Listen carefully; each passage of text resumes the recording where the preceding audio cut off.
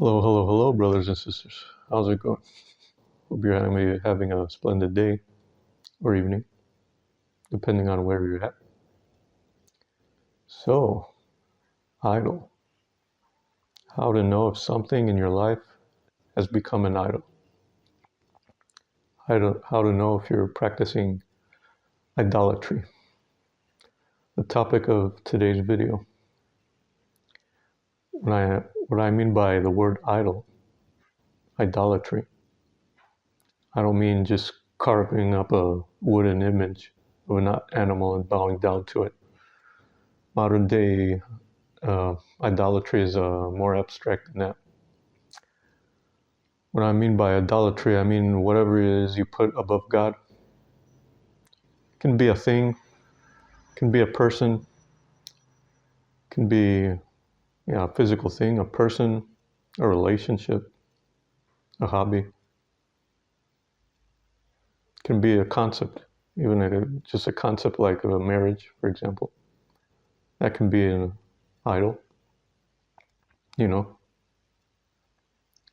So in today's video, I'm going to give you some tips on how to know if you have an idol in your life and how to course correct. First, I'm going to give you the analogy. I like to call it a parable, even though it's not one of Jesus' parables. The parable of the boiling frog. And I'll let you know why I'm giving you this parable in a minute. So if you put a frog in hot water immediately, and it's going to jump out of the water, to save its life. But if first you put this frog in lukewarm water, it's going to get comfortable, it's going to get cozy. If you put it in lukewarm water, and then if you slowly crank up the temperature, it's going to boil to death. It's not going to get out of the water. It's not going to know what hit him, So idolatry is a lot like that. It's one of those things that tends to slowly but surely creep into your life without you even noticing it. Like something can start out as a innocent pastime, an innocent diversion, and then slowly through time can escalate into this unhealthy obsession, Feel like a person, for example. So let me give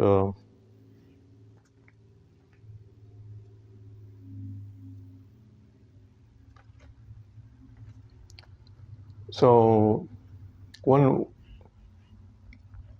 way to know if something is an idol is if your identity is tied too much to this thing or person or hobby, and your entire self-worth is predicated on the fact of having this thing or not.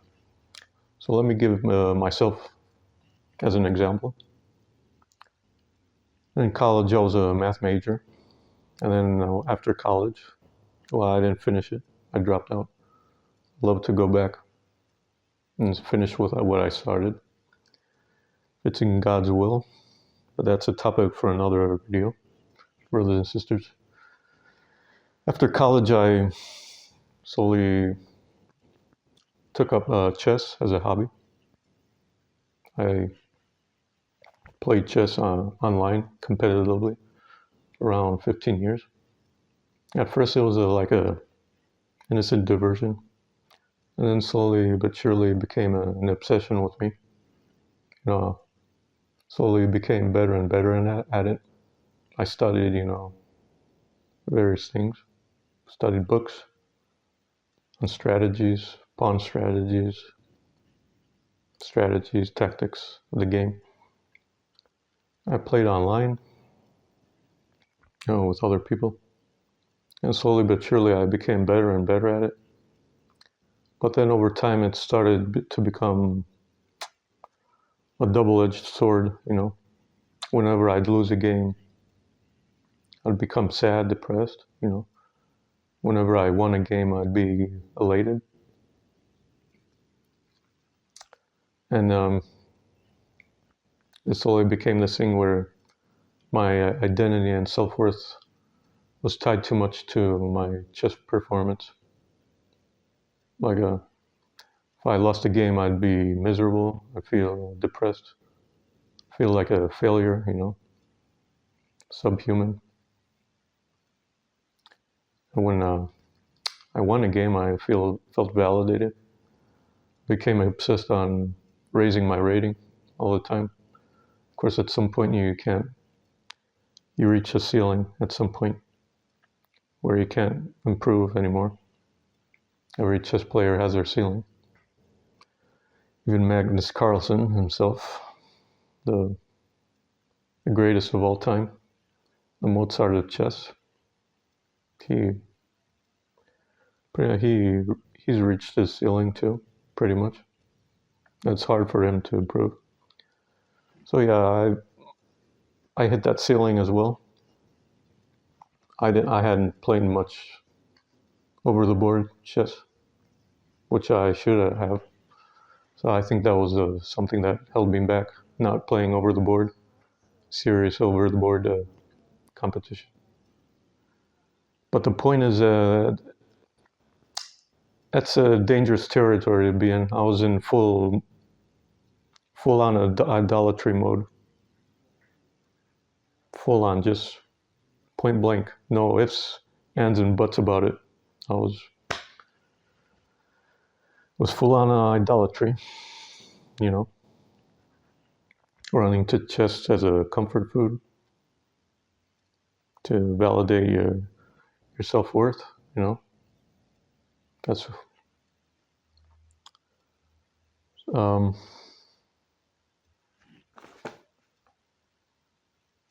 yeah, that's another way to know if something is an idol. If you run towards it as a comfort food instead of God, and you have an idol on your head,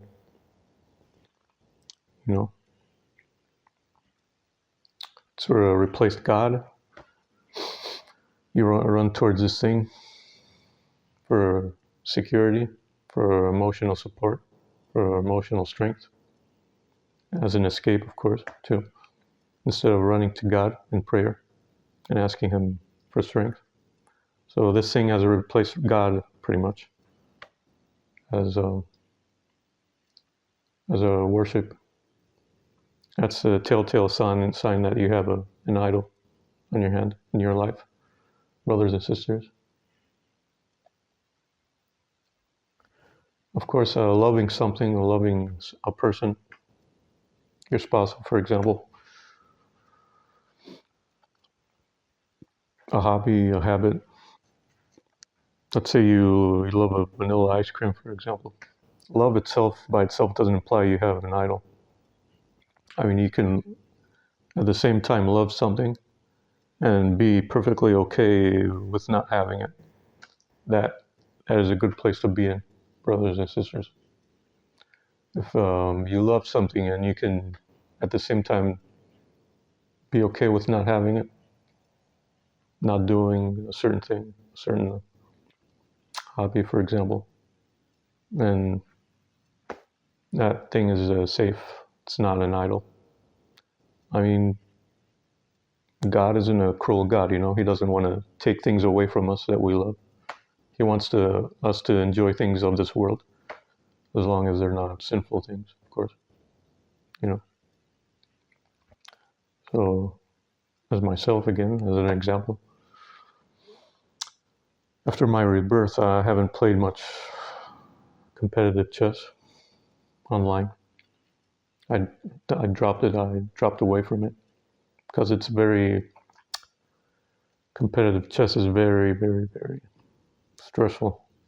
You have to always be on top of things. Like, you always have to be studying opening theory, for example. I know one of the greats, Bobby Fischer, one of the greatest of all time. He himself complained about chess. There was too much It emphasized too much study and opening theory and less about creativity. And I agree with him wholeheartedly. There's too much opening theory, especially at the top level. Oh, it emphasizes too much opening theory study. It becomes like a job where you have to like study 8 hours a day, and this veers too much into idolatry territory. So after my rebirth, I haven't done much chess. I returned since to math after a long hiatus from college. Besides this channel, I have another channel where I post math puzzles, you know. But I like to think I have a healthy relationship with math, unlike the relationship I had with chess years ago in the past. I think above all else, I put God above all else, above everything and everyone in my life. Keep the first commandment, and I always give God the credit for all my successes. And the failures belong to me, exclusively to me, brothers and sisters. So I like doing math on the side, doing math puzzles, posting on that other channel that I have. But at the same time, even though I love math, I can perfectly be okay with not doing it, going for a long stretch without doing any math, I believe I'm in a good place right now. So I'm pretty sure that I don't have this as an idol. I ask myself these questions every day. Is this thing an idol? Is this thing? Yeah, be on your toes, brothers and sisters. Always ask yourself if a certain thing in your life is an idol, and if, like I said, to summarize, if this thing affects your emotions, this certain thing in your life, if not having or having it affects your emotions too much, if your entire self-worth is predicated on having or not having it, or if your performance in this hobby is affecting your self-worth, or if you're running to this thing as a comfort food, as security instead of God, then this thing is an idol, brothers and sisters. Pray to God to clean up your heart, put Him above all else, brothers and sisters.